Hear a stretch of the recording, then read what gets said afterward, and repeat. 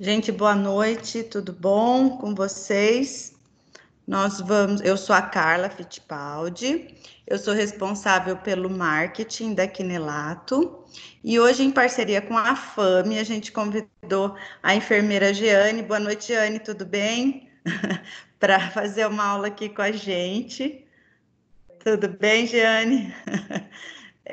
Ela vai falar, a gente já passou o tema aqui, né? Que é limpeza e processamento de instrumentos. É uma parceria, essa é a primeira aula em parceria com a FAME. Eu queria lembrar vocês que daqui a pouco a gente vai começar, e para todo mundo manter os microfones desligados, a Jeane vai começar a aula. E nós vamos, se vocês tiverem dúvidas, vão colocando aqui no chat que nós vamos anotando e no final da aula a gente passa para a Jeane.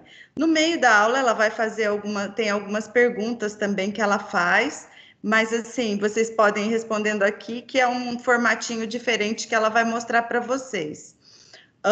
Que mais?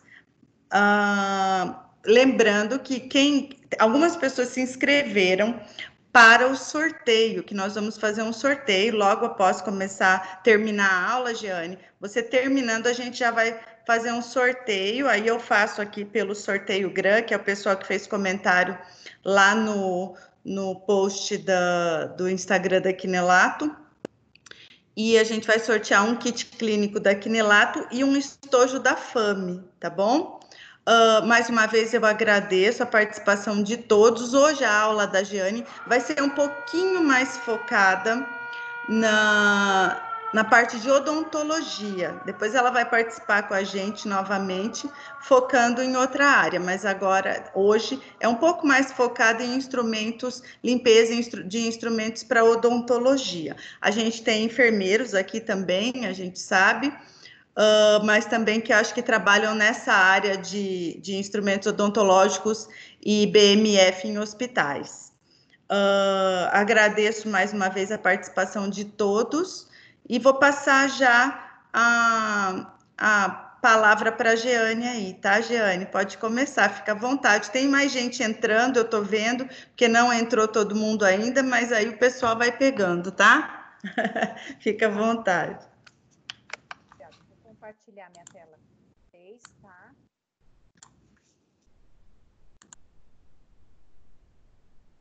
Vocês estão conseguindo visualizar a minha tela? Estão me ouvindo bem, Carla? Sim, estamos te ouvindo e estamos vendo a sua tela. Gente, por favor, só mais um minutinho. Quem tiver com o microfone ligado, por favor, lembra de desligar, porque senão dá interferência e a gente não ouve direito a Jeane. Pode continuar, Jeane. Um pouquinho do fone, porque o Nil me avisou que o microfone está um pouco baixo. Bom, primeiramente, então a Carla já me apresentou, eu sou enfermeira, né? E sempre trabalhei na área de processamento de produtos para a saúde e também estudo muito este assunto, tá? E hoje, então, nós vamos fazer a seguinte abordagem, tá? Eu vou fazer uma contextualização sobre o processamento de produtos odontomédico-hospitalares.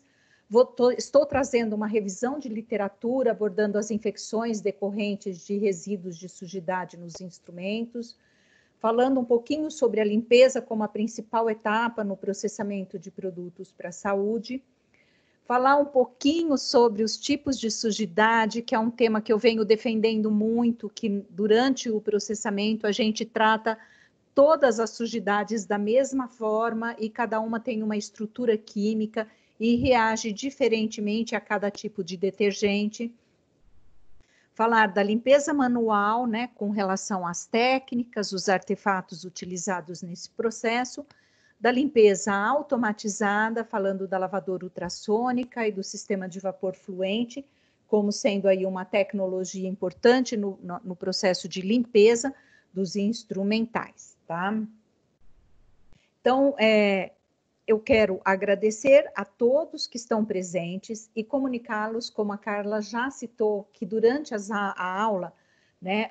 Eu estarei apresentando algumas perguntas, né? São duas na realidade, para que vocês respondam. Essas perguntas, para que vocês possam responder, vocês terão que acessar o site Menti através do endereço e do QR Code que é exibido na apresentação do slide, ok? E aí, para a gente começar a falar um pouquinho do conteúdo da aula, eu começo fazendo a primeira pergunta, tá? Então, ou vocês posicionem a câmera do celular para fazer a leitura do QR Code, ou acesse o site www.mente.com, insira o código 134314, tá? Para responder essa pergunta. No Brasil, os cuidados com os instrumentos odontológicos é uma prática estabelecida e consolidada como ocorre na área hospitalar?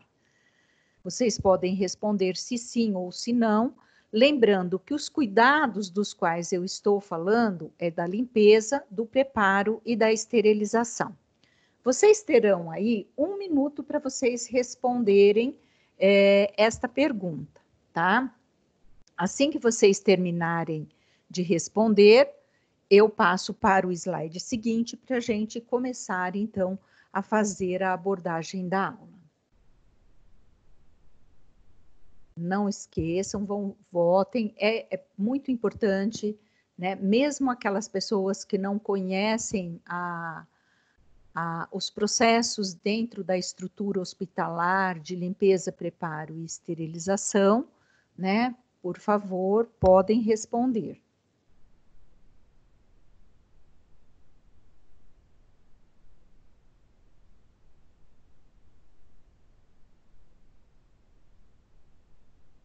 Vocês estão respondendo? E aí, Nilson, como é que está a votação? Porque eu faço a pergunta, mas quem acompanha a votação é o Nilson. Então, ele vai me parametrizando aqui, se vocês que estão na aula, né, participando da aula, se vocês estão respondendo.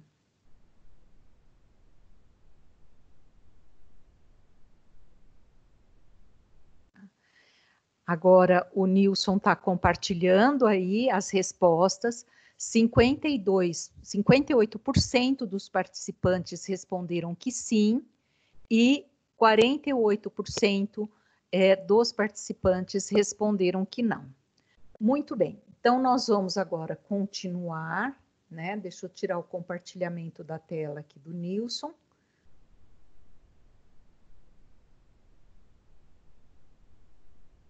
Vocês estão vendo a minha tela, um slide com algumas figuras de instrumentais? Não. Não? Não. Que eu vou fazer o compartilhamento novamente, tá?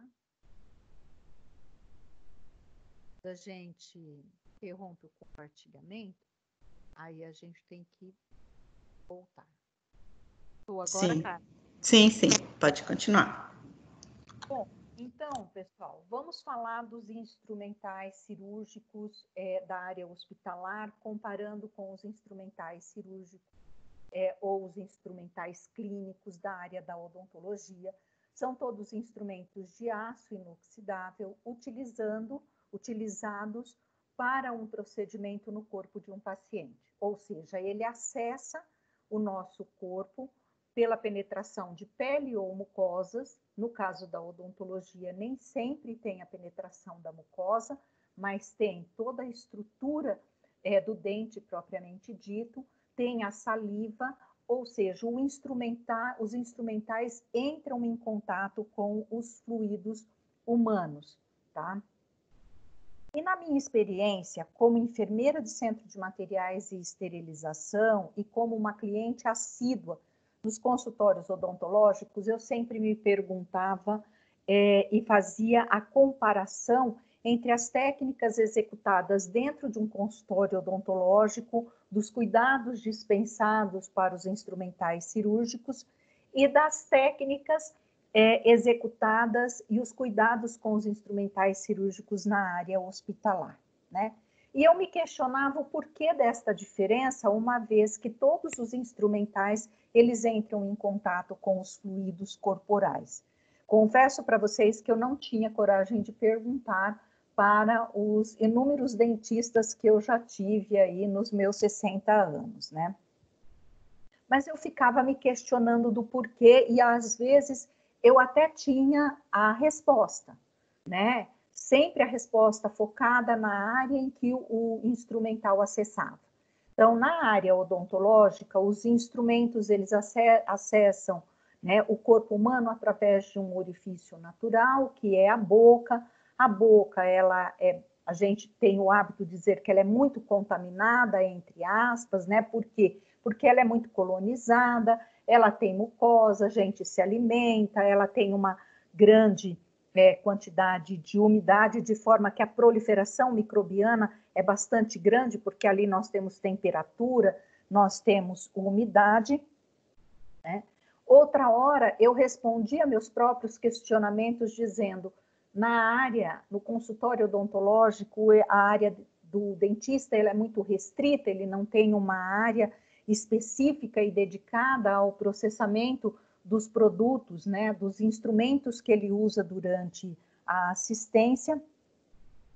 E uma outra justificativa que eu buscava era, será que o fato de estar num ambiente que não é uma sala cirúrgica faz com que as condutas, faz com que as técnicas sejam menos rigorosas associado à área de acesso desses instrumentais? Né? Um outro questionamento que eu fazia para mim em relação a essa diferença de técnicas e de rigor técnico, né, entre essas áreas era, será que a infecção numa ferida cirúrgica ela é mais grave do que uma infecção na cavidade oral de um paciente?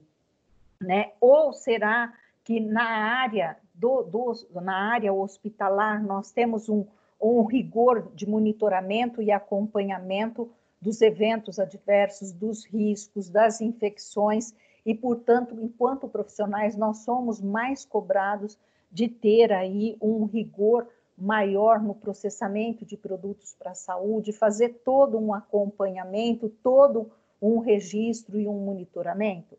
Né? O dentista ele tem meio que uma carreira sozinha, geralmente ele é sozinho no consultório, ele não tem uma comissão de controle de infecção né, que acompanha os procedimentos dele. Se o paciente tem um processo infeccioso, ele retorna no consultório e a conduta de tratamento e acompanhamento acaba sendo dele mesmo. Então, eu ficava fazendo esses vários questionamentos até que este ano eu participei do CIOSP e pude ver, né, todo o aparato tecnológico que a odontologia vem tendo aí, e o crescimento nessa área, tanto de instrumentais quanto de equipamentos, mas eu confesso para vocês que eu tive um pouco de dificuldade de encontrar, né, processos de controle de infecção na área odontológica. Na área de odontologia, a pesquisa, né, sobre biofilme originou na odonto e não na área hospitalar, justamente porque na área da odontologia, né, tinha uma grande preocupação com a formação do tártaro, né, então, devido a esta preocupação, os estudos relacionados a biofilme, eles foram originados na área da odonto, e eles cresceram e se desenvolveram dentro da odontologia amplamente, muito mais do que na área hospitalar. Em compensação, algumas outras técnicas, a gente acaba observando um menor rigor em relação à higienização de mãos, à utilização de luvas, né? Então, você entra nos consultórios odontológicos, você percebe o pessoal utilizando a luva que colocou na boca do paciente, tocando instrumentais limpos, tocando em materiais que não dizem respeito ao instrumental propriamente dito, como mostra essa imagem do dentista, né? Colocando o instrumental e mostrando para o paciente aonde ele tem um problema ali na radiografia. né? Então, essas técnicas, enquanto profissionais da área da saúde, a gente acaba julgando que elas são um pouco diferentes. Muito bem. Na área hospitalar, né, essa questão de estudar o biofilme, de buscar as consequências de ter o biofilme na área hospitalar, ela migrou da odontologia para a área do hospital, porque foi verificado que o biofilme ele se desenvolvia nos instrumentos cirúrgicos quando eles tinham resíduo de matéria orgânica, né? Ocorria a formação do biofilme, e o biofilme ele é extremamente difícil de ser removido dos instrumentos cirúrgicos. O biofilme protege os micro-organismos dos agentes esterilizantes, e pelo fato de nós termos, então, esse crescimento e esse desenvolvimento microbiano, e esses micro-organismos não morrerem durante o processo de esterilização, nós acabamos expondo os pacientes que se submetem à cirurgia a um alto risco de infecção. Por quê? Porque esses micro-organismos que sobreviveram durante um procedimento, eles são transferidos para a ferida cirúrgica, né? Então, nós temos uma grande preocupação com os biofilmes nos instrumentos cirúrgicos, fazendo com que, então, dentro da área hospitalar, nós buscássemos, né, ter um rigor cada vez maior na busca, né, de técnicas de limpeza de instrumentais cirúrgicos, porque nós sabemos que se o material ele não estiver devidamente limpo, nós vamos comprometer a eficácia da esterilização. E eu quero dizer para vocês, eu sei que o público é mais de dentistas, que na área hospitalar, essas imagens que vocês visualizam aí, né, a primeira imagem próxima da seta, isso daí são partes internas de um perfurador ósseo, né? Na imagem inferior do slide tem um instrumento canulado, né, contendo biofilme. Então, durante o procedimento cirúrgico, esse material aí, ele é transferido, né, para a ferida cirúrgica, né, promovendo, assim, a infecção pós-operatória desse paciente, né, ou então a transmissão de algum tipo de vírus, porque os micro-organismos presentes nesse biofilme serão carreados para o interior do corpo do paciente. Fazendo uma revisão de literatura, eu pude observar, principalmente na área cirúrgica, de riscos de infecção em ferida cirúrgica, a gente tem muitos trabalhos relatando surtos infecciosos em pacientes, na grande maioria, decorrente da má prática no processamento de produtos para a saúde e com foco muito direto na presença de resíduos de matéria orgânica nos instrumentos. Tá? Então, em 2016, nós temos um caso emblemático aqui na Grande São Paulo, que foi em São Bernardo do Campo, onde houve um mutirão para cirurgias de catarata.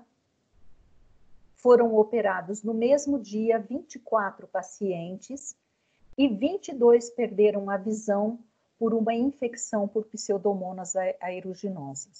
E um dos pacientes foi a óbito, né? Então, o que aconteceu nesse mutirão de catarata? O hospital, ele terceirizou esse serviço para uma clínica de cirurgia da Baixada Santista, e o cirurgião, ele trouxe os instrumentais dele, e ele não permitiu que os instrumentais fossem lavados e esterilizados. Os instrumentais, eles eram limpos pelo instrumentador e eles circulavam de uma sala para outra. Além disso, o cirurgião, ele não trocou as luvas e ele também não trocou o avental estéreo dele. Bom, então nós tivemos aí um surto infeccioso e todos por Pseudomonas aeruginosas. A partir do primeiro paciente que tinha esse micro-organismo, era colonizado por esse micro-organismo, todos os outros foram contaminados e perderam a visão com isso. Em 2015, nos Estados Unidos, teve um surto infeccioso em pacientes que eram submetidos à endoscopia retrógrada para colangiopancreatografia, né? E esses pacientes apresentaram infecções por enterobactérias resistentes ao carbapenem e a Klebsiella e Escherichia coli. Também neste surto nos Estados Unidos tiveram pacientes que foram a óbitos e foi verificado, né, quando se buscava a causa raiz da infecção desses pacientes, se descobriram que neste endoscópio, na ponta dele, ele era flexível, tá? E ele tinha na ponta dele uma curvatura na qual tinha um dispositivo para direcionar o catéter no colédoco. E nesta parte, onde tinha esse dispositivo para o direcionamento do catéter, havia um acúmulo de resíduo de matéria orgânica, aonde cresciam os micro-organismos e os agentes de desinfecção desse material, porque esse material ele não sofre esterilização, ele sofre desinfecção, não destruíam, não eliminavam esses micro-organismos e isso acabava sendo transferido para o próximo paciente. Em 2012, o Instituto ECRI, ele citou a contaminação cruzada de endoscópios flexíveis reprocessados incorretamente na sua lista de top 10 de perigos de tecnologia para a saúde. Ou seja, é um dos equipamentos utilizados, né, na assistência à saúde que tem um alto risco para os pacientes que necessitam. No Brasil, de 1998 a 2000, nós tivemos 2.520 pacientes que, submetidos à videocirurgia, a cirurgias plásticas de lipoaspiração e lipoenxertia, apresentavam infecções por Mycobacteroides massiliense, né, a cepa e NCQS 00574. Esse surto no Brasil, ele também é um surto emblemático e verificou-se que ele era causado por más práticas no processamento de produtos para a saúde. Muitos instrumentais críticos que deveriam ser submetidos ao processo de limpeza, secagem e esterilização, eles sofriam apenas o processo de desinfecção. A micobactéria, ela teve uma mutação e ela começou a circular, né, através e infectar os pacientes através dos instrumentais utilizados durante os procedimentos cirúrgicos. Também nessa revisão de literatura que eu fiz, né, Desfante faz uma publicação em 2015 dizendo o seguinte: que evidências científicas comprovavam a presença de resíduos de material proteico e de agentes infecciosos após a limpeza em juntas e articulações de motores de alta rotação utilizados em procedimentos odontológicos, procedimentos ortopédicos, neurocirúrgicos e dermatológicos, e esses resíduos proteicos impediam a ação dos agentes esterilizantes, possibilitando contaminação cruzada entre pacientes como infecções por Staphylococcus aureus, Pseudomonas aeruginosas. Foram encontrados nesses resíduos DNA de vírus das hepatites do tipo B e C e vírus da síndrome da imunodeficiência adquiridas nestes produtos para a saúde. Em 2008, 2010 e 2011 também tem relatos, né, tem artigos publicados relatando surtos infecciosos decorrentes de más práticas no processamento de produtos para a saúde, dizendo que as más práticas elas são frequentes e que as infecções geralmente são causadas por micro-organismos que sobreviveram ao processo de esterilização e desenvolveram-se nos resíduos de matéria orgânica não removidos durante o processo de limpeza.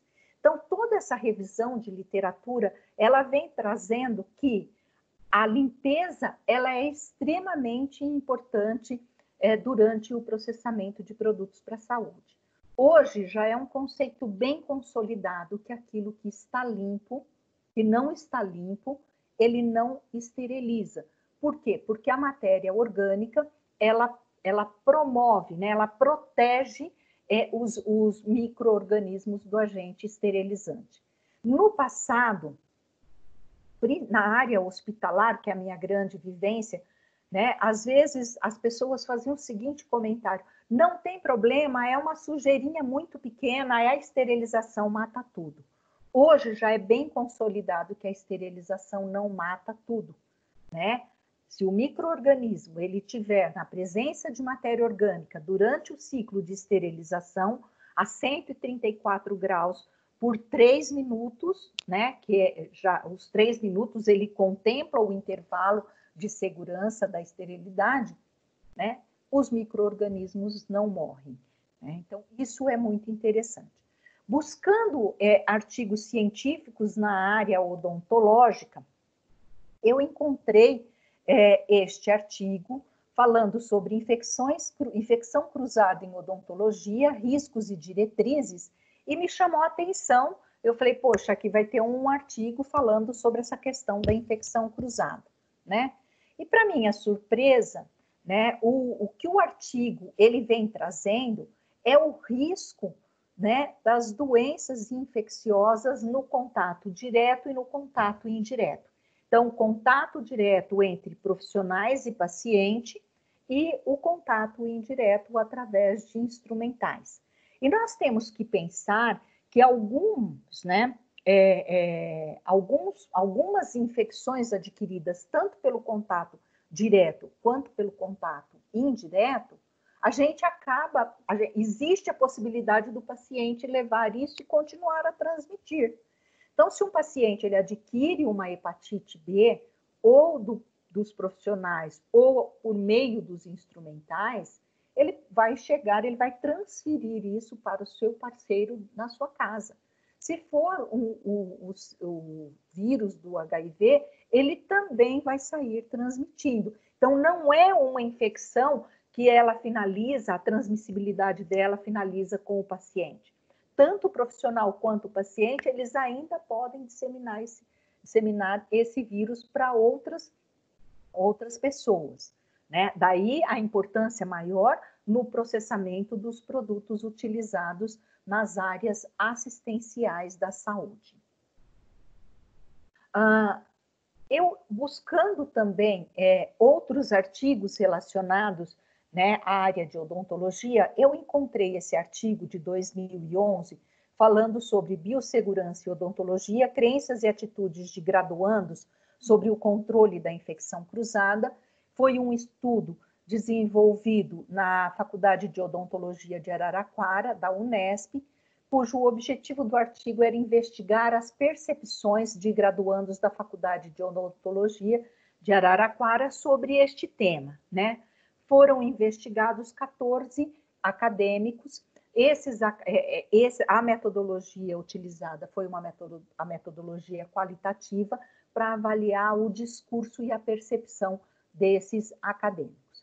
Então, vendo o artigo, eu encontrei algumas informações bastante interessantes que diz o seguinte, tá?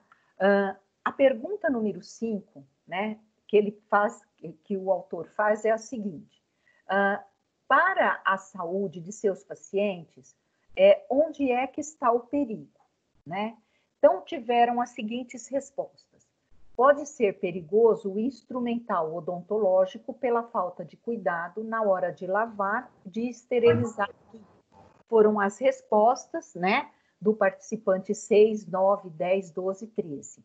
Ou se eu reutilizar o material, ou usar material contaminado. Então, na academia, já existe essa percepção que você pode disseminar a infecção ou contaminar um outro paciente se você não tiver o cuidado adequado com os instrumentos utilizados. Uma outra colocação do participante número 2 foi: eu não reutilizo o material e sempre uso material estéreo, né? E uma outra colocação bastante interessante foi que outra preocupação é com a desinfecção do equipo com álcool a 70, né? E com a limpeza e desinfecção dos instrumentais antes de uma esterilização, né? Embora seja a percepção, não vem sendo abordado que tipo de técnica é mais adequada, mais seguro para o processamento dos instrumentais odontológicos. Bem, na prática hospitalar, os profissionais, eles buscam, né, embasar, buscam o respaldo da sua prática diária em recomendações nacionais e internacionais, como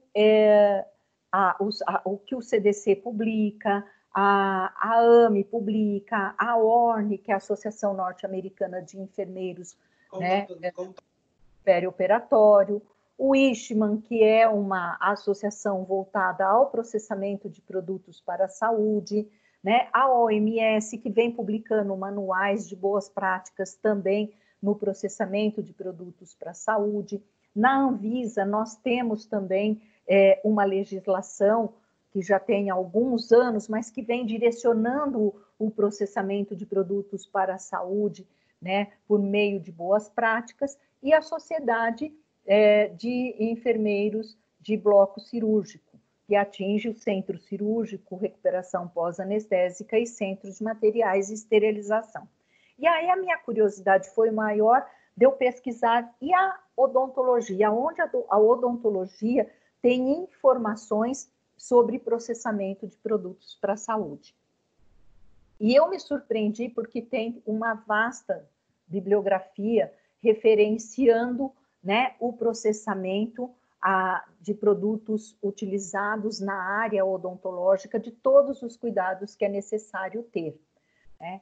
Então, desde 1993, né, o CDC, juntamente com a ADA, vem atualizando e complementando as recomendações sobre o controle de infecção, atualizando os conhecimentos científicos e a crescente compreensão dos princípios de controle de infecção para os profissionais, tá?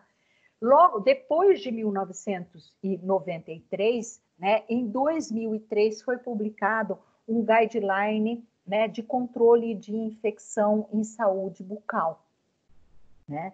Então, já em 2003, já é uma referência, né, um pouquinho antiga, mas existem já referências falando de como fazer o processamento, como realizar, né, a limpeza, o preparo e a esterilização, os cuidados, né, com efetividade dos materiais odontológicos. Então, já existe essa preocupação. Em 2003 também foi publicado este outro manual, né, do CDC, aonde ele traz, né, que a limpeza, a desinfecção e a esterilização dos equipamentos, né, e dos equipos odontológicos, assim como dos instrumentais, devem ser realizadas entre um paciente e outro, né, e que você deve ter protocolos estabelecidos, políticas de controle de infecção e transmissão de infecção cruzada entre os pacientes e os profissionais. Encontrei também na Anvisa um manual de 2006, aonde ele vem falando sobre, né, serviços odontológicos, prevenção e controle de riscos, aonde no capítulo 4, que ele vem falando sobre precauções padrão e riscos ocupacionais, ele também traz no seu item J, né, que os artigos utilizados, os produtos utilizados na área odontológica, devem ser submetidos à limpeza, desinfecção e ou esterilização antes de serem utilizados entre um paciente e outro, com a finalidade de evitar as infecções cruzadas. Buscando ainda, né, mais revisão de literatura, eu verifiquei que tem este manual, este guideline aqui, que ele é mais recente, ele é de 2014, e ele vem falando somente da limpeza dos instrumentos dentais, né? E esse manual, ele vem tratando desde a estrutura necessária que você precisa para fazer a limpeza dos instrumentais odontológicos, como tem que ser os processos, como deve ser a organização dos procedimentos relacionados ao processamento de produtos odontológicos. Então, guidelines e literaturas para que os profissionais da área odontológica também subsidiem a sua prática no processamento de produtos para a saúde não faltam. Estes manuais, eles vêm trazendo, né, no seu interior, sempre a abordagem relacionada à limpeza, demonstrando aí que a limpeza é uma das etapas extremamente importantes no processamento dos produtos para a saúde. A ADA publicou agora, em março de 2020, né, ela fez uma publicação referenciando as publicações do CDC e da própria ADA em 1993. Ela faz, em 2016, uma referência ao manual de 2003 e faz a atualização deste manual, né, e vem trazendo aí a preocupação, né, no processamento dos produtos odontológicos, as boas práticas, né, e na prevenção de infecções cruzadas nos ambientes odontológicos, falando que existem expectativas básicas para cuidados seguros na área da odontologia, e ela reúne as diretrizes, né, para que a área odontológica, para que os profissionais possam seguir. E ela fala que, juntamente com a esterilização adequada dos instrumentos e materiais, deve-se realizar o monitoramento como parte essencial de qualquer programa de controle de infecções em consultórios odontológicos. E ela recomenda que os dentistas usem apenas peças de mão dentais aprovadas pelo FDA, com instruções de uso, né, que tenham instruções de uso dos fabricantes de como processar esses materiais. Ela traz também, em abril de 2018, né, ela divulgou uma declaração sobre o reprocessamento de peças de mão dentais, né, enfatizando que tanto as peças de mão de baixa e alta velocidade e outros instrumentos intraorais, né, que possam ser removidos das linhas aéreas e das linhas de água, que eles precisam ser esterilizados por calor. Lembrando que quando o CDC fala de calor, é o calor úmido, é a autoclavação, né? E ainda ele reafirmou e esclareceu as recomendações de 2003 e ele enfatiza, né, 3 pontos principais, né? Que ele fala sobre a limpeza dos materiais antes da esterilização e ele vem focando muito nas peças de mão utilizadas pelos dentistas, né? E reforçando que quando o profissional ele não sabe como processar a peça que ele está utilizando, ele deve exigir que o fabricante da peça lhe encaminhe as instruções de como fazer o processamento, de forma que ele possa oferecer segurança aos pacientes que ele assiste. Tá?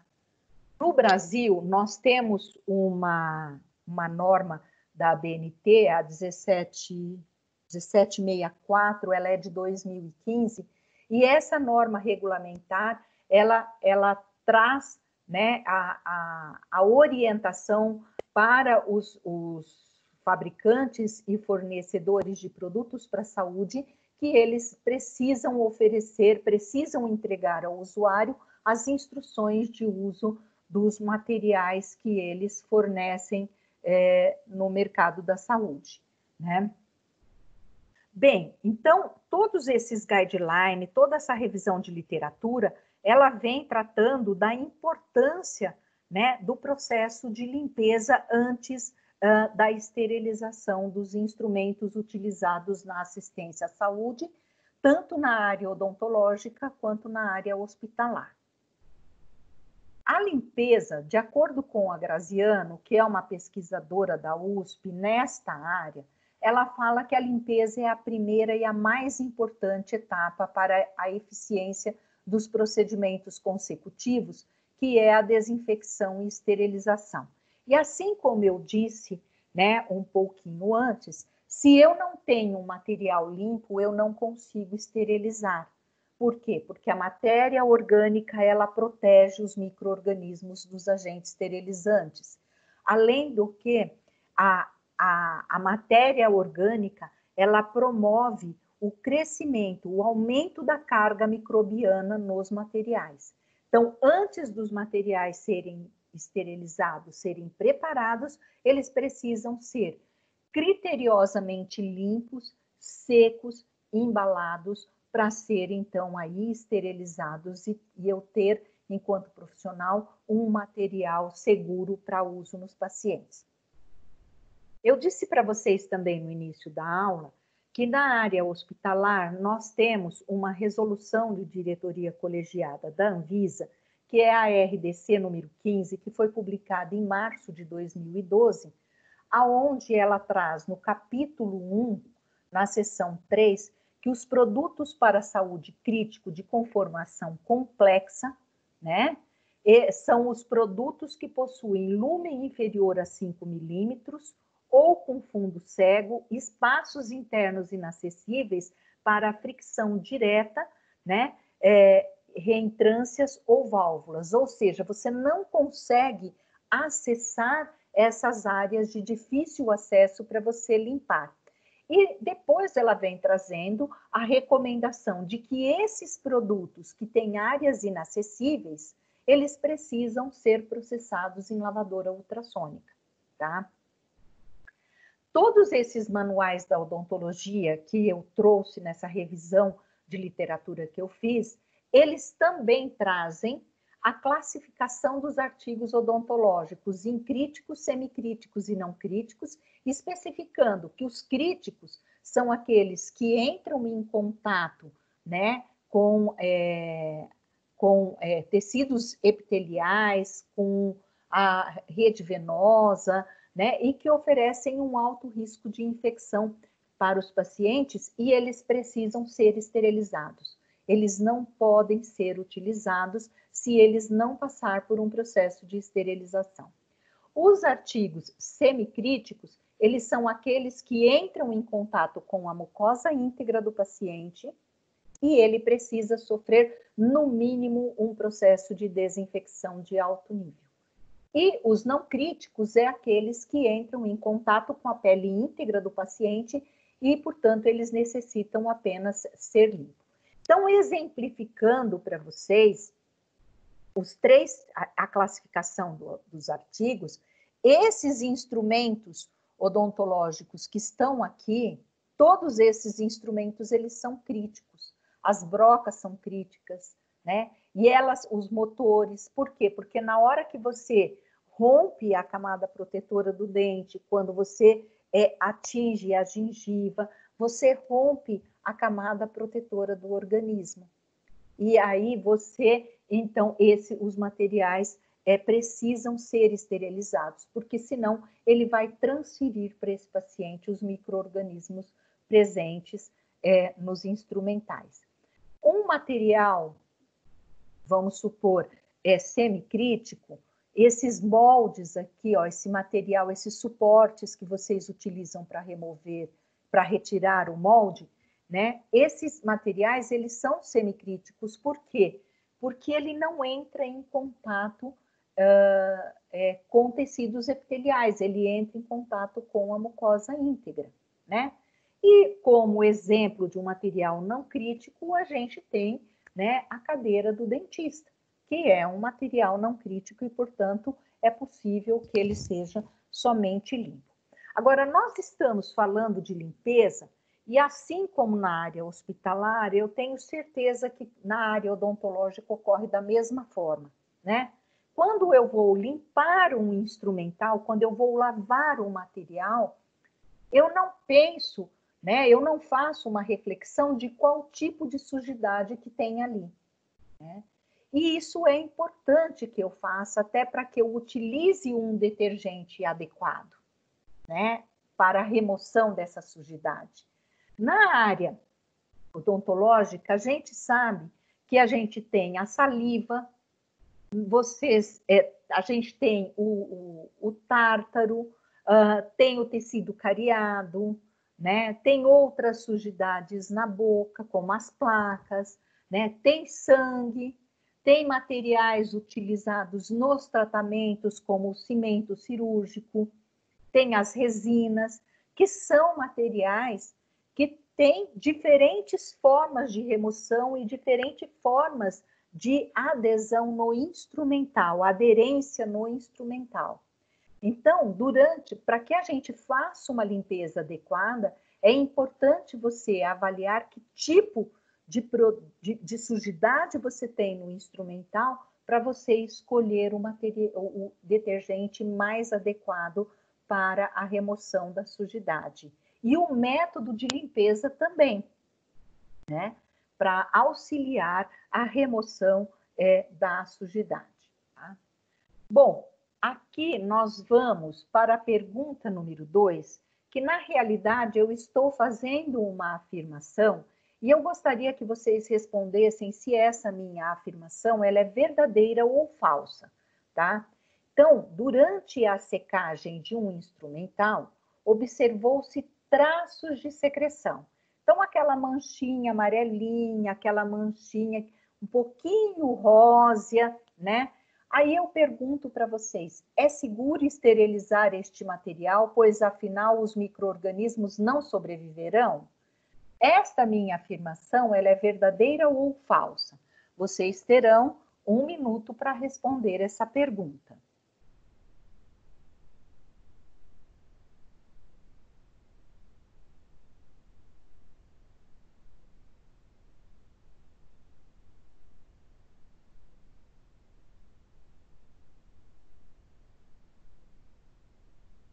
Vamos lá, todo mundo respondendo.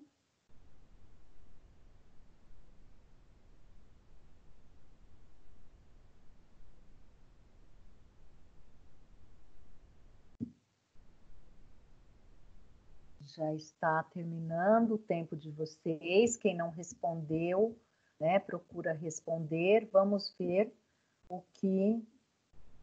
se vocês efetivamente estão aproveitando a aula, estão assistindo a aula.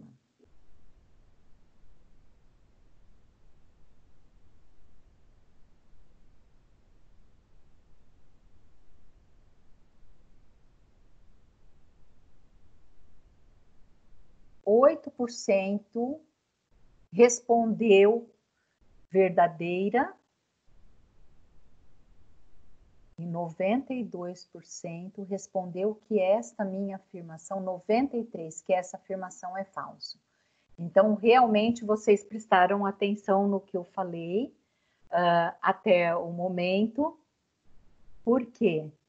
Porque os micro-organismos, eles sobrevivem sim ao agente esterilizante, porque a matéria orgânica protege os micro-organismos do agente esterilizante, tá? Muito bem, fiquei contente com a resposta de vocês, tá? Agora eu vou compartilhar a minha tela novamente para a gente continuar com a aula. Bom, pessoal, então, essa preocupação eu também tinha quando, aliás, esta dúvida eu tinha quando eu pensava em cânulas de lipoaspiração. Então, devido a essa minha preocupação e essa dúvida minha, eu fui desenvolver uma pesquisa no meu doutorado, avaliando os diferentes procedimentos operacionais padrão de limpeza de cânulas de lipoaspiração. Então, eu elaborei 6 diferentes protocolos de limpeza, aonde eu procurei utilizar as tecnologias hoje comercialmente disponíveis para a gente estar utilizando. Eu utilizei diferentes detergentes, né? E fui, então, retirando e colocando em cada protocolo uma tecnologia ou um detergente para verificar se eu conseguia remover os resíduos de gordura presente nas cânulas de lipoaspiração, né? Então, eu aplicava o protocolo e depois o protocolo de limpeza, e depois do protocolo de limpeza, eu então fazia um processo de extração, né, em laboratório, extração de resíduos de gordura. E para minha surpresa, né, em todos os protocolos que eu apliquei, uns foram um pouquinho mais eficazes, mas eu não consegui zerar os resíduos de gordura presente nas cânulas de lipoaspiração em nenhum desses 6 protocolos. O protocolo mais eficaz foi o protocolo 6, em que eu mudei a ordem de utilização de um equipamento. Ao invés de eu utilizar na pré-limpeza, eu utilizei este equipamento após o enxágue, e foi aonde eu obtive o melhor resultado, mas assim mesmo ainda tinha resíduos de gordura. Bom, essa etapa 1 do desenvolvimento e avaliação desses procedimentos, desses POPs, não responderam a minha pergunta, porque, afinal de contas, eu não conseguia eliminar 100% do resíduo gorduroso. Então, o que eu fiz? Eu inoculei na maior quantidade de resíduo extraído e na menor quantidade de resíduo extraído, eu inoculei a micobactéria abscesso subespécie basiliense, a CPNCQS 00594, né? Inoculei naquela pequena quantidade de gordura humana residual e submeti a processos de esterilização com tempo de esterilização de 1,5 minuto e 3 minutos a 134 graus em autoclave por vapor saturado sob pressão. E eu obtive a recuperação desse micro-organismo após a esterilização. Eu obtive a recuperação desse micro-organismo em meio de cultura após 7 dias, após 15 dias, após 30 dias, após 60 dias e após 90 dias ainda tinha micro-organismo crescendo.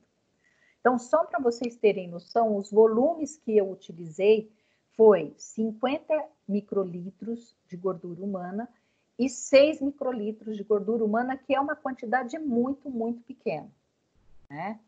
E eu consegui, mesmo assim, que os micro-organismos sobrevivessem ao processo de esterilização. Ainda assim, eu resolvi desafiar o Stearotermófilos, o bacilo Stearotermófilos, que é um bacilo que nós utilizamos no monitoramento do processo de esterilização em autoclave. Então, eu peguei este micro-organismo, os esporos, e eu inoculei 6 microlitros e 50 microlitros no papel filtro que tem no indicador biológico, né? Esterilizei a 134 graus em 1,5 minuto e 3 minutos, né? E também eu recuperei este micro-organismo na presença de gordura humana, que é matéria orgânica, né? Então, a minha pesquisa vem mostrando que nos resíduos de gordura, porque nós sabíamos que nos resíduos de proteína ele já sobrevivia, assim como eu mostrei nos artigos científicos da revisão de literatura. Mas na gordura humana ele também sobreviveu, né? Confirmando aí que a limpeza ela é extremamente importante, certo? Na RDC15, ela define pré-limpeza e limpeza, trazendo uma certa confusão, confundindo um pouquinho o que é uma e o que é a outra. Mas ela traz como definição que a pré-limpeza é a remoção da sujidade visível presente nos produtos para a saúde, e a limpeza é a remoção de sujidades orgânicas e inorgânicas, redução da carga microbiana presente nos produtos para a saúde, né? E que para realizar a limpeza, a gente utiliza água, detergentes, produtos e acessórios de limpeza, por meio de ação mecânica, automatizada ou manual, atuando em superfícies internas, que são os lúmens, e externas, de forma a tornar o produto seguro, né, para o manuseio, caso ele seja não crítico, ou então seguro, né, para os processos de preparo e esterilização e desinfecção desses. Então, o grande objetivo da limpeza é a gente remover sujidades, que é proteínas, carboidratos, hemoglobinas, gorduras, reduzir carga microbiana através da remoção das bactérias nas suas formas esporuladas e vegetativas, protozoários, vírus, remoção de biofilmes, né, microcolônias e a matriz de polissacarídeos, e conservar os instrumentais cirúrgicos. Por quê? Porque na matéria orgânica presente nos instrumentais utilizados nos procedimentos, nós temos, né, inúmeros produtos químicos, né? Cargas químicas. Então, nós temos cloro, nós temos sódio, nós temos potássio, nós temos cálcio, nós temos uma série, né, de substâncias químicas aí nas secreções provenientes do nosso organismo, que vão acelerar o processo de oxidação e corrosão dos instrumentos cirúrgicos. Então, quanto antes eu iniciar o processo de limpeza, eu diminuo as possibilidades de formação de biofilme e diminuo a possibilidade de oxidação, de corrosão, e eu aumento, assim, a segurança no processamento dos produtos para a saúde. Em 1959, um engenheiro chamado Sainer, ele foi um engenheiro que ele estava fazendo o desenvolvimento da máquina de lavar roupa, e esse engenheiro ele traz uma contribuição muito importante para a nossa área da saúde, quando nós tratamos do processamento de produtos para a saúde. Por quê? Porque o Sainer, ele dizia o seguinte, que você precisa remover todas as sujidades para você ter um objeto limpo, não apenas as sujidades fáceis de ver e remover, mas aquelas que são difíceis também. E que o produto para a saúde, ele pode parecer limpo à primeira vista, mas ele pode abrigar sujidades não visíveis. E que para você conseguir uma limpeza eficaz, você precisa utilizar ação química, que nós obtemos através dos detergentes. Ação mecânica, que nós obtivemos através da fricção, através de jatos de água, através da ação da lavadora ultrassônica.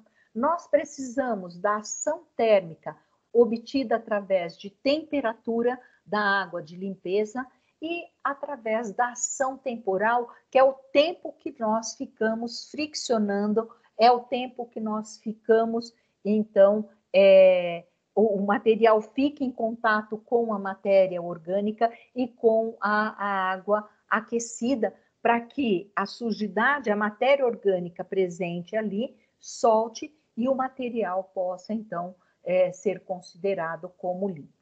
Quando nós falamos de limpeza manual, para que a limpeza seja eficaz, nós precisamos utilizar artefatos adequados e específicos de acordo com o design e as dimensões dos produtos para a saúde. Então, eu preciso utilizar uma escova que vai acessar todas as áreas do instrumental. Se é um instrumento com lúmen, um instrumento canulado, eu preciso utilizar uma escova cilíndrica, né? E essas escovas, esses artefatos, eles precisam estar íntegros e funcionais. Você não pode ter uma escova com as cerdas todas colapsadas, todas tortas, né? Inclusive, esta foto destas escovas com as cerdas tortuosas foi retirado do manual do CDC, mostrando, né, que você não pode utilizar escovas com as cerdas todas tortas. Por quê? Porque ela não vai fazer a remoção do material, do orgânico.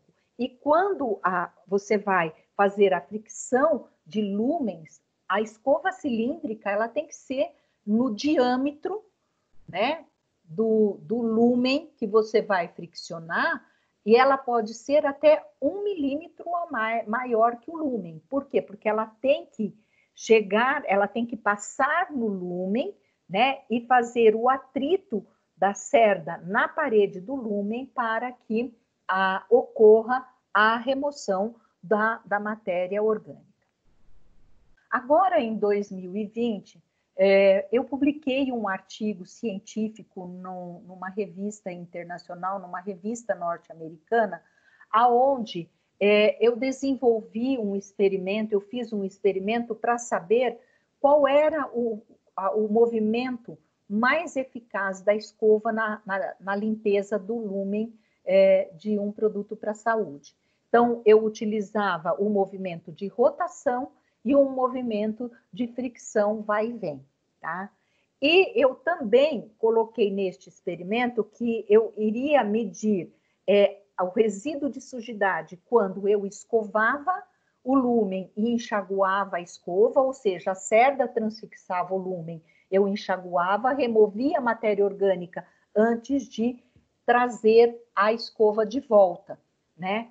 E qual foi o resultado desse meu experimento? Esse meu experimento mostrou que quando eu enxago, toda vez que eu fizer a fricção e transfixar a cerda da escova, fazer o enxágue e trazer a escova de volta, eu consigo remover uma maior quantidade de sujidade.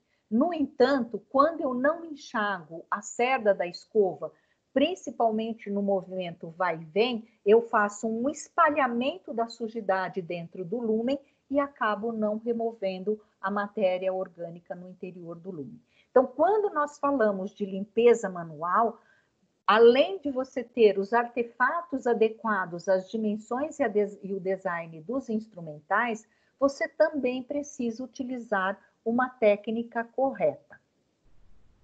É preciso também que você utilize equipamentos adequados aos instrumentais que você vai estar limpando, que você precisa limpar.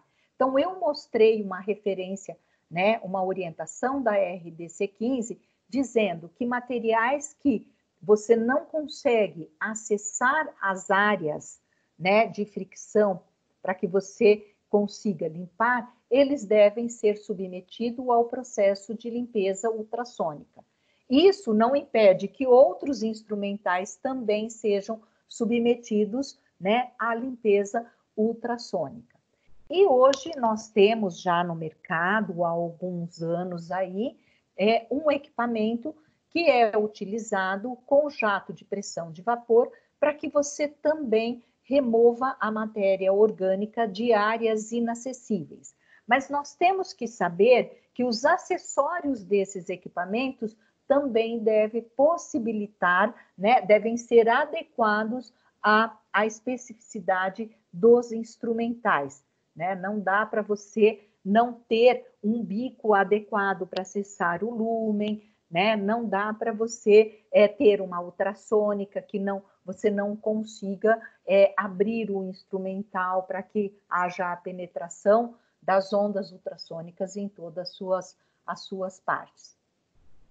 No caso do sistema de vapor fluente, nós temos diferentes equipamentos para atender, né, as diferentes demandas de trabalho, né? E ele pode ser usado tanto na área hospitalar quanto na área odontológica. Na área hospitalar, já está bem consolidado o uso dessa tecnologia. Assim como as lavadoras ultrassônicas, também nós temos de diversos tamanhos, tanto para limpezas de lúmens e para atender diferentes demandas de acordo com o local em que ela precisa ser utilizada, na área hospitalar ou na área odontológica. O sistema de vapor fluente, ele é um sistema que ele trabalha com tamanhos de partículas de águas diferentes. Então, ele trabalha com o vapor seco, onde a partícula de água é muito pequena, o vapor, a água quente, onde as partículas de água são maiores, e o vapor úmido, né, que você tem, então, uma partícula de água intermediária para atender a necessidade que você tem durante o processo de limpeza. Então, se você precisa remover uma grande quantidade de matéria orgânica, você precisa de mais água. Se você precisa de remover uma quantidade de matéria orgânica pequena, você precisa de menos água, ou se a superfície é menor, e assim sucessivamente. E este equipamento, ele possibilita também o uso de ar comprimido, bastante utilizado e necessário no processo de secagem das áreas inacessíveis. Bom, pessoal, a limpeza, eu acho que deve ter ficado claro para todos vocês que ela é importante, porque se nós não limparmos, a gente não consegue esterilizar. E aí, em cima desse tema da importância da limpeza dos produtos para a saúde, né, eu citei para vocês que uma dúvida que eu tinha no início, quando eu entrava no consultório odontológico, era com relação à importância, né, e o risco da infecção na área hospitalar e na área odontológica, e se por acaso a infecção na área hospitalar ela era mais grave do que na área odontológica.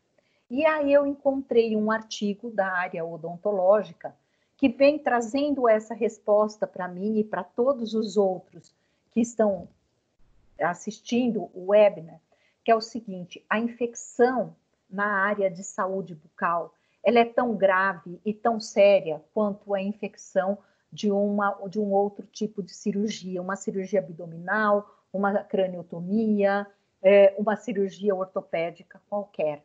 E aí eu trago esse artigo, que foi o relato de uma infecção cérvico-facial como complicação pós-operatória em implantodontia, porque cada vez mais a implantodontia está sendo utilizada no Brasil, né? Então, assim, é um avanço na área de odontologia fantástico que nós temos. Nós sabemos que o Brasil é um dos países mais avançados na área odontológica, e eu me surpreendi com esse artigo, né, falando sobre a gravidade dessa infecção. Então, vou ler só esse trecho que está entre o quadrado sinalizado em vermelho, para vocês observarem o quão grave é uma infecção bucal, né? Então, o paciente foi um paciente que, o relato de um caso de um paciente que ele compareceu ao serviço de cirurgia bucomaxilofacial do Hospital Estadual de Emergência e Trauma, Senador Humberto Lucena, em João Pessoa, Paraíba. Ele chegou com a queixa de disfagia e discreta dispneia, tendo leucocitose, embora tenha relatado antibiótico terapia prévia. Ao exame físico, ele apresentava aumento de volume em região submandibular e sublingual bilateral, bem como região submentoniana. No exame intrabucal, foram notados implantes dentários na região mandibular posterior esquerda, com características de infecção e apresentando radiograficamente lesão periimplantar.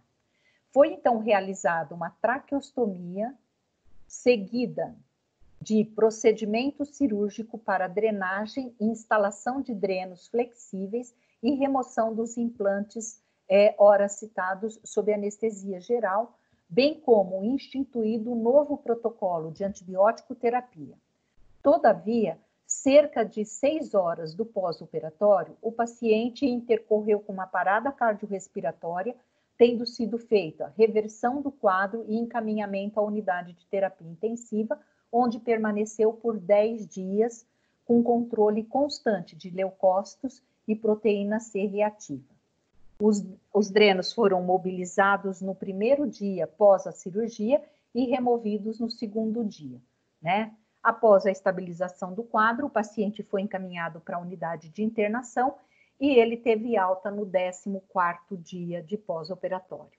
Então, isso é para a gente verificar o quão grave é o processo infeccioso na região oral também, né? O paciente, por pouco, ele não perdeu a vida, né? Ele chegou a ter uma parada cardiorrespiratória, ele não morreu porque ele já estava dentro de um hospital e foi socorrido.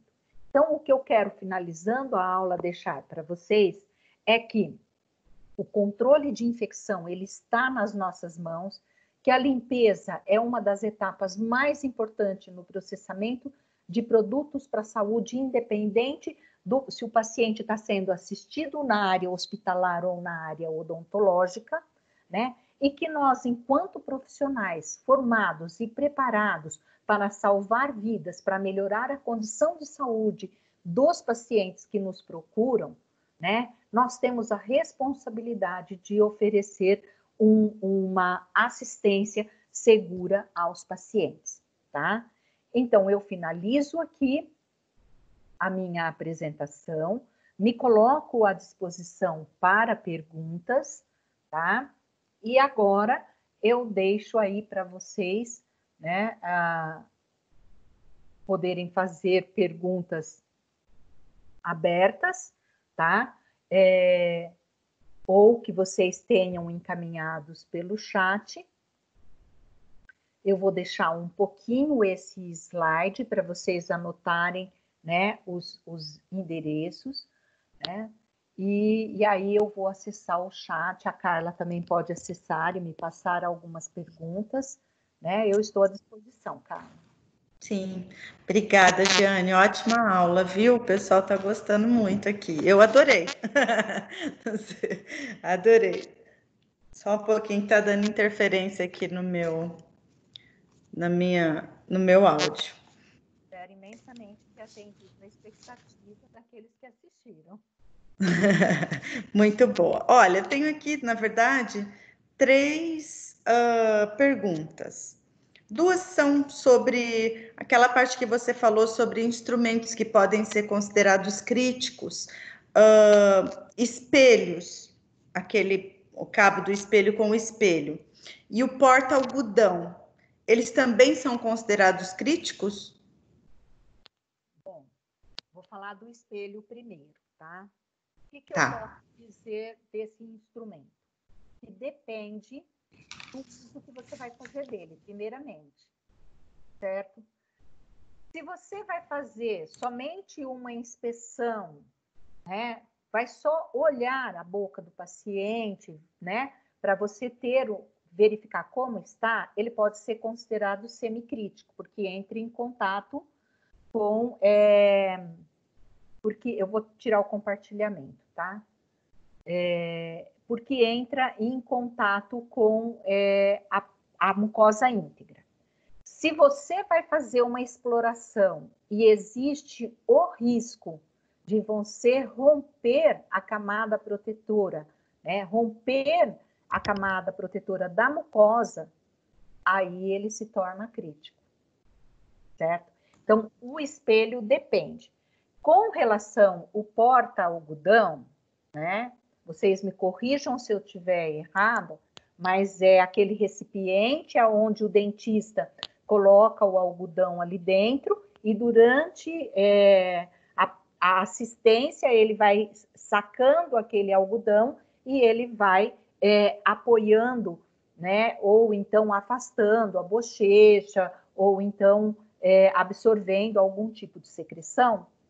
Eu quero dizer para vocês que eu consideraria crítico para guardar o algodão. Só que assim, para você guardar o algodão estéril também. Se for para guardar o algodão não estéril, é importante você saber qual é o tratamento que o fabricante do algodão dá durante, né, a prensagem, durante a montagem do rolo ou do pacote, tá? Geralmente é em área limpa. Então, eu esterilizaria o porta-algodão, por quê? Ora, o porta-algodão ele vai servir somente, né, como um apoio, como para afastar, só para você finalizar um tratamento ou fazer um polimento, e ora você vai utilizar ele numa área cruenta, numa área que você rompeu a camada protetora. E aí esse algodão ele se torna também um produto crítico. Então é importante analisar. Eu vou falar uma coisa que a minha orientadora ela não gosta muito, tá? Ela gosta muito de ter tudo certinho, materiais críticos, semicríticos e não críticos tratados adequadamente. Mas eu, na área hospitalar, quando eu tinha dúvida de como seria o acesso, eu preferiria esterilizar. Vou dar um exemplo para vocês. O broncoscópio é um equipamento muito utilizado no processo de intubação dos pacientes durante a anestesia geral, tá? E ele é considerado semicrítico.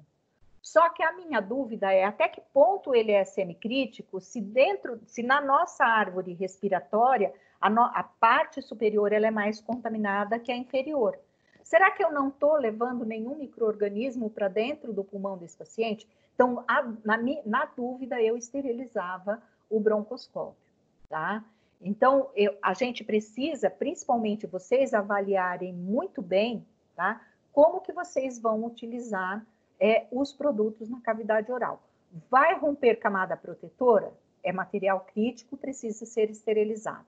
Não vai romper? Material semicrítico, porque está entrando em contato com mucosa íntegra. Tá? Outra pergunta. Qual que é o tempo ideal entre o uso e a limpeza de um instrumento? O mais rápido possível, para evitar o ressecamento da matéria orgânica e iniciar a formação de biofilme. Existem alguns estudos que dizem o seguinte, que após 10 minutos a matéria orgânica no instrumental, os micro-organismos começam a multiplicar e começa o processo de fixação na superfície e formação de biofilme, tá?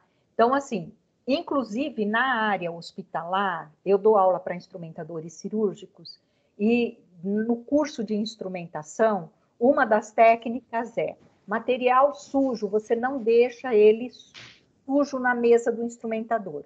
Você remove a sujidade com água destilada estéril para evitar a proliferação de micro-organismos e formação de biofilme. Então, assim, é claro que na área odontológica isso é um pouquinho diferente, o tempo dos procedimentos, tá? Mas o ideal é, finalizou o procedimento, você já inicia o processo de limpeza. Nem que seja você deixar o material imerso já na água com detergente, né? Você colocar ele para fazer uma limpeza ultrassônica, mesmo que você vai fazer uma limpeza complementar depois, de forma que você já consiga suspender e remover o excesso de matéria orgânica. Tá? Então, eu diria, o mais rápido possível. Finalizou o procedimento, limpeza. Nada de deixar o material o dia inteiro para fazer limpeza no final do dia, tá, gente?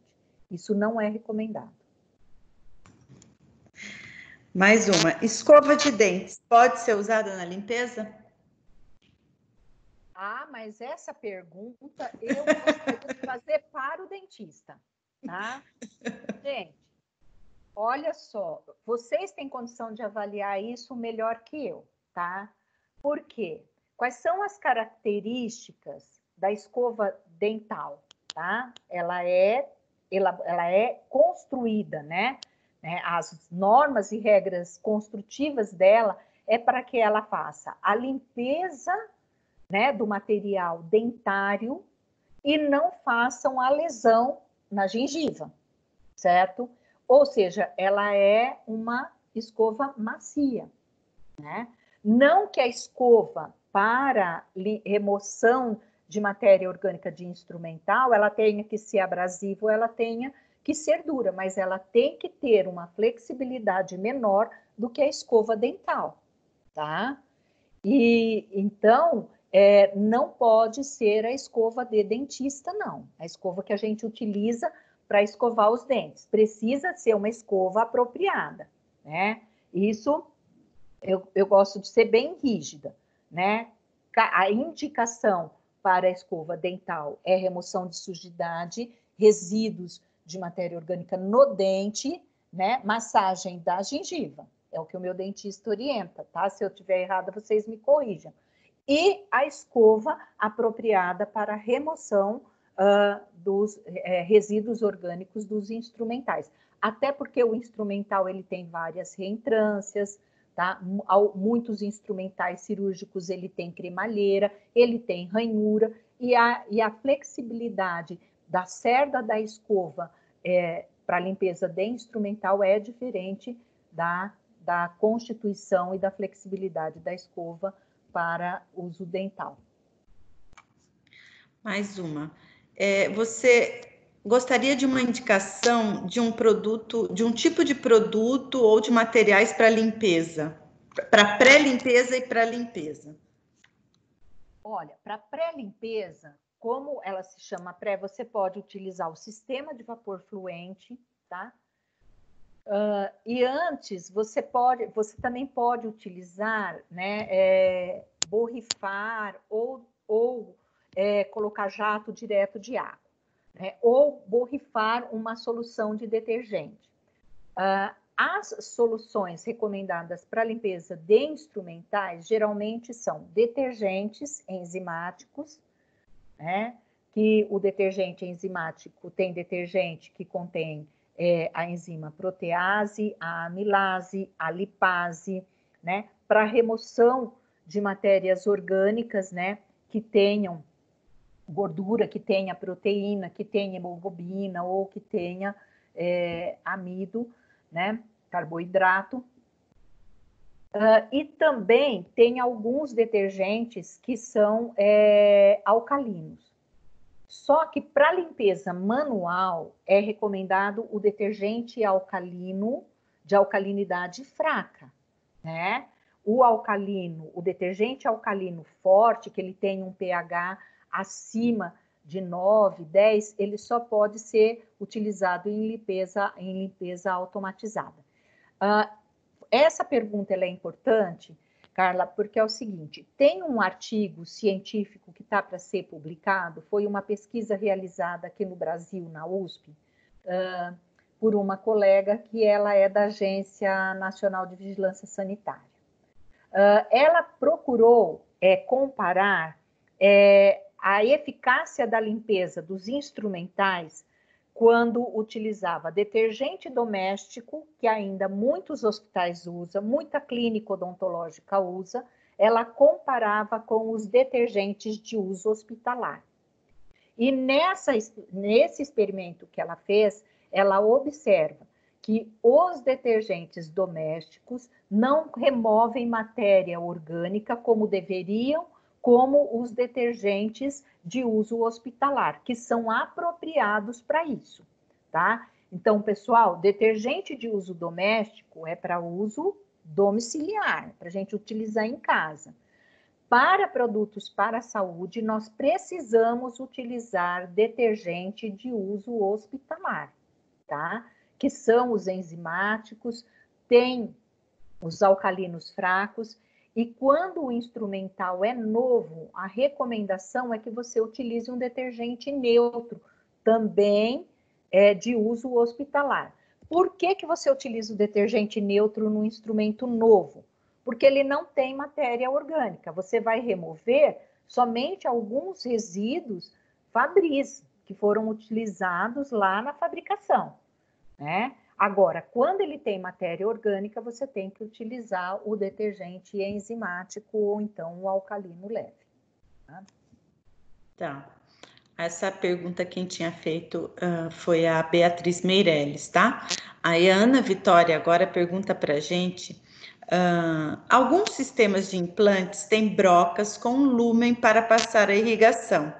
Qual a chance desse interior da fresa não ficar esterilizada? Altíssimo, tá, Mônica? Porque... Ana Vitória. Ana Vitória. É altíssimo, tá?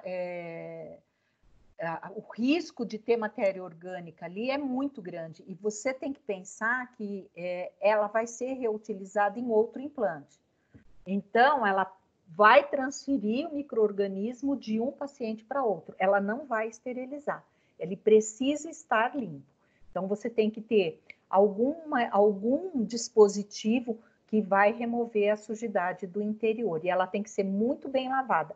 E um detalhe, esta broca, você terminou de usar, você já coloca ela dentro de uma água destilada estéril, né? Terminou o procedimento, você já encaminha para a limpeza para evitar que fique a matéria orgânica fixe no interior dela.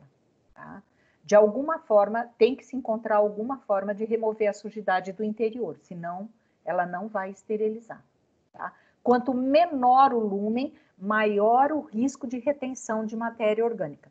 No hospital, nós temos muito problema relacionado a instrumentos de lúmens minúsculos, né? Vou te dar um exemplo.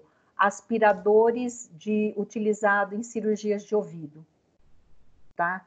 Não existe nenhuma escovinha que passa dentro, a gente tem que fazer fricção com o próprio mandril, né? Utilizar o sistema de vapor fluente, utilizar pistolas de água para que a gente consiga remover. Tá? Então, é isso aí. Tá. Jane, e a Mônica te deu parabéns pela aula também? E tem uma dúvida: material limpo, seco, inspecionado, embalado, existe um tempo máximo para a esterilização?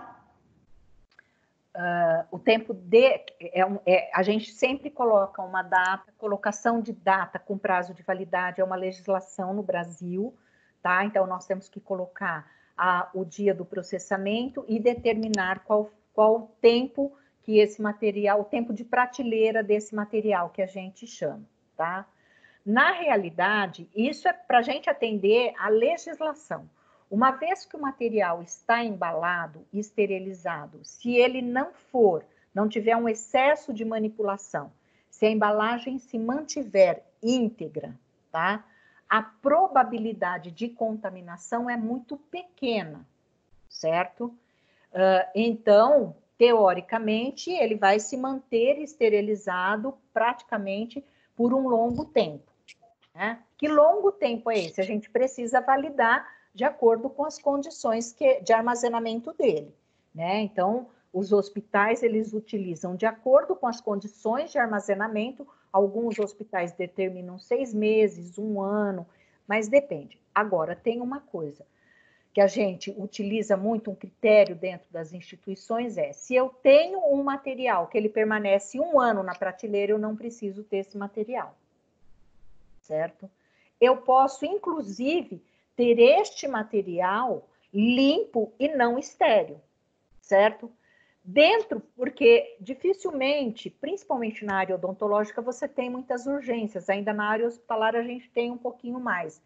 Mas, mesmo que você tiver uma urgência na área odontológica, que vá precisar daquele material, você consegue, você tem tempo de esterilizar, porque a esterilização é a vapor, né? É por vapor saturado e o tempo de esterilização é baixo, é curto. Né? Então, você consegue esterilizar, certo? Na área hospitalar, hoje tem sido muito essa recomendação. Material que tem um longo tempo de permanência, ele passou de 3 meses armazenado, ele não precisa estar estéril, porque ele quase não é utilizado. Tá? Desculpe eu interromper, Carla. É Alexandre Nardi. Boa noite, Giane. Na verdade, eu acho que a pergunta da doutora Mônica é, após o produto devidamente limpo, seco, inspecionado e embalado, se existe algum tempo entre este processo e a esterilização. Um tempo máximo após a limpeza e o preparo para a esterilização. Desculpe a interrupção. Obrigada, Alexandre. Não, tudo bem. Ótimo que assim eu consigo explicar. Não, material limpo, limpo, seco, embalado, você pode deixar, tem que estar bem sinalizado que ele está não estéril, para não ocorrer aí uma falha humana e utilizar o material não estéril, e você esterilizar no momento em que você vai utilizar. Não tem nenhum problema ele ficar armazenado. O que é importante neste processo é você avaliar, porque toda embalagem ela tem o prazo de validade da embalagem, tá? Então, você tem que atender esse prazo de validade da embalagem. Você não pode, se a embalagem tem um prazo, está ali registrado um prazo de validade de 1 ano, até 1 ano você pode manter ele embalado ali sem uso e na hora que você utilizar, você esterilizar. Respondi, Alexandre? Eu acho que respondeu, porque ela colocou aqui de volta. Minha pergunta é referente a quanto tempo posso aguardar para esterilizar. É isso, né, Mônica? Acho que é, obrigada. Ela disse, acho que respondeu sim, Giane. Obrigada, viu? Bom, eu acho que não temos mais perguntas. Pelo menos eu não vejo mais na... Quanto à secagem, deixa eu ver se... É que tem uma pessoa querendo fazer uma pergunta e ela está mandando aqui para a gente no WhatsApp, porque ela não está conseguindo fazer a pergunta aqui pelo chat. Mas ainda não veio. Eu acho que é isso. A Beatriz coloca quanto à secagem. Não entendi, Beatriz. A quanto à secagem, você tem alguma recomendação quanto à secagem? O Carla, é o Danilo, tá? Tá travado o chat. Tá travando. O pessoal tá reclamando bastante aqui no grupo que não está conseguindo. E eles estão fazendo as perguntas pelo WhatsApp, viu, Jeane? Ah, não. Então, se você tem alguma recomendação especial quanto à secagem, depois que você faz a limpeza, se você tem alguma recomendação especial. Eu tenho sim, tá, pessoal? É o seguinte, a secagem, ela deve ser realizada com um produto macio e que não solte partículas, tá? Então, muitos serviços utilizam tecido de algodão, outros utilizam compressas que sobraram de procedimentos cirúrgicos, né? Outros serviços utilizam um não tecido absorvente, que também não solta partículas. O fato é que precisa ser um produto limpo e que não deixem fiapos na superfície do material. Por quê? Porque micro-organismo, ele se deposita sobre partículas. Se você deixar qualquer partícula no instrumental, ali vai ficar micro-organismos depositados também. Isso é um dos motivos. O segundo é que essas partículas em instrumentais, se carreado para o organismo do paciente, ele pode desenvolver um processo inflamatório, né? Então, precisa ter um pouquinho de cuidado aí com relação à secagem. Alguns serviços possuem ar comprimido, só que tem que ser um ar comprimido filtrado, porque a grande maioria dos compressores funcionam com sistemas de lubrificação de óleo e acaba esse ar comprimido, se ele não tiver filtro, ele carrega partículas de óleo para o material, né? E acaba contaminando. A percepção que a gente tem quando você aciona o ar comprimido, você sente um cheiro de óleo, né? Utilizado em mecânica. Então, o ar comprimido, ele precisa ser filtrado. E se você utiliza tecido de algodão para secar, é importante você não utilizar, né, um tecido para você secar todos os instrumentais que você utilizou durante o dia, né? O ideal é que você tenha para cada kit de instrumental um tecido para você secar. Se for de uso único, né, esses tecidos macios de descartáveis, você seca e joga no lixo. Papel toalha nunca, tá? Papel toalha solta muita partícula. Tá. Jane, quanto às brocas, a Sarleide está perguntando, quanto às brocas, porque elas são muito pequenas, você tem alguma recomendação de como levar para a cuba ultrassônica? Olha, a FAME, tem uns estojinhos que se chama porta-joias, tá? Que eles são de aço inoxidável, bem pequenininhos, com tampinha, tá? Que você coloca justamente para colocar essas pecinhas bem miudinhas, você fecha ele, coloca na ultrassônica e com segurança ela não vai cair, tá? Porque ela é tem orifícios que permite a penetração da água com detergente, das ondas ultrassônicas, mas não permite que as brocas se desloquem e caiam na lavadora, tá? Então, existe, sim, esse tipo de recurso. Legal. A Sheila, ela trabalha no CME de um hospital em Aracaju. Ela está perguntando, quando o material sobe do CCG, quanto tempo pode demorar o material para começar a limpeza? Esse tempo pode influenciar na limpeza? Pode, Sheila, pode sim, tá? O ideal é que inicie o processo de limpeza o mais rápido possível. Para facilitar o processo da limpeza, se você não tem, se a tua demanda é muito alta, você não tem mão de obra ou equipamento suficiente, o ideal é que você mantenha-os umectados, ou somente com água, ou água com detergente. Essa umectação pode ser feita por borrifamento, tá? E ela pode ser feita também por imersão. E existe no mercado algumas espumas que você também pode jogar no material, sobre o material, né? E essa espuma promove a umectação e soltura também da matéria orgânica. Então, isso são recursos que se utiliza quando você não consegue lavar imediatamente, tá?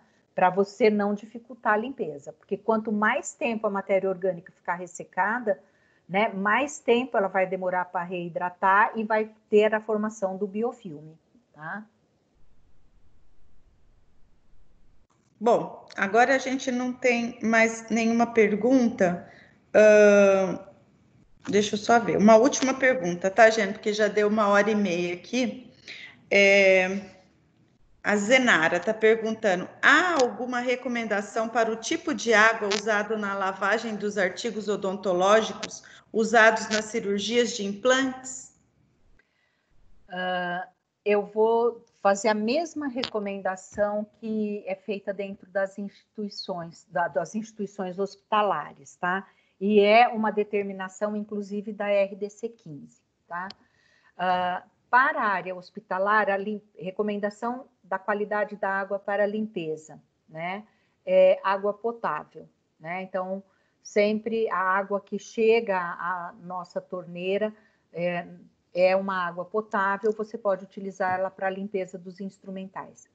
Instrumentais utilizados em implantes, o ideal é que você faça o último enxágue com uma água purificada. O que é a água purificada? Ou é uma água de osmose reversa, ou é uma água destilada, tá? Ou pode ser água destilada esterilizada, ou seja, é uma água que ela tem uma menor quantidade de micro-organismos e uma menor quantidade também de sais, uma menor quantidade de minerais, tá? Então, você utiliza isso para fazer o último enxágue, tá? É a recomendação que a gente tem nos hospitais também para cirurgias de implante, cirurgias que são realizadas, neurocirurgias, cirurgias cardiológicas, cirurgias vasculares, tá? Então, eu consideraria a mesma recomendação. Utilizar a implantologia. Porque quanto menor for a carga microbiana no material, mais eficaz será a esterilização. Jane, obrigada. A gente não tem mais nenhuma pergunta, mas queria dizer para todo o pessoal, se alguém tiver alguma pergunta, pode enviar por e-mail, né? Que a gente repassa para a Jeane. Eu acho que ela colocou na última tela todos os contatos. Então, se alguém tiver alguma pergunta, só enviar que a Jane responde, né, Jeane? Com certeza, estou à disposição. Tá, então eu só vou puxar o o sorteio agora, eu estou aqui na tela do sorteio GRAM, eu já vou puxar, eu falo o nome do sorteado e a pessoa, se não conseguir responder aqui pelo chat, por favor, manda para mim aqui no WhatsApp, que eu estou vendo aqui, tá? Porque tem gente que está falando por aqui e não está conseguindo falar. Mas vamos lá, eu vou puxar aqui agora, vou sortear um número. Deixa eu ver, só um minuto. Ó, o número sorteado é, deixa eu ver quem é. Derek, ó, o nome no Instagram é Derek Gonçalves. Ele tá aqui? O Derek? Derek Gonçalves. Deixa eu ver se ele responde aqui no... Eu acho que ele não tá, porque eu não vi no... Tá sim, tá falando. O Nilson tá falando que ele tá sim. Deixa eu ver aqui, Jane.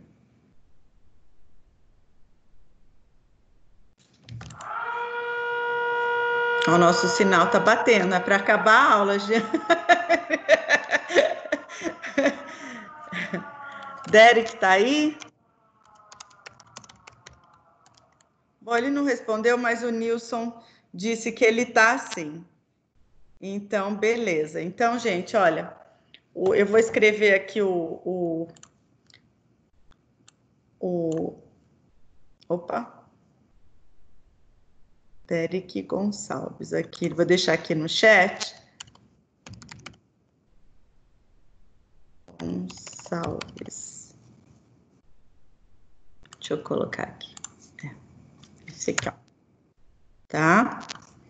Bom, Derek, parabéns. A gente sorteou aqui um kit clínico da Quinelato com 3 instrumentos e um estojo da FAM, que eu também adorei aquele estojo.